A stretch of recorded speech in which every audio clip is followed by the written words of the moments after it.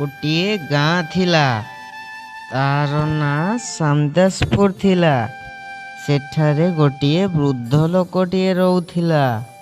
ଆଉ ତାହା ସହିତ ଗୋଟିଏ ଗାଈଟିଏ ରହୁଥିଲା। ସେ ପ୍ରତିଦିନ ଗାଈଟିକୁ ଜଙ୍ଗଲକୁ ଚରାଇବାକୁ ନେଉଥିଲା।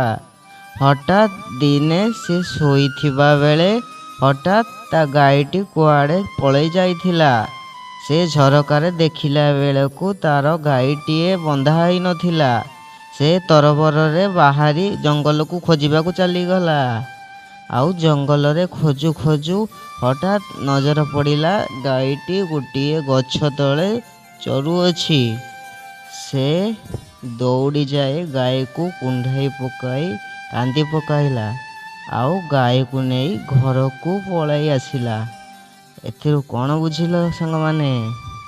ଗୋଟିଏ ପଶୁ ହେଲେ ବି ସେ ମଣିଷ ପରି ସମସ୍ତଙ୍କୁ ସ୍ନେହ ମମତାରେ ବାନ୍ଧି ରଖୁଛି।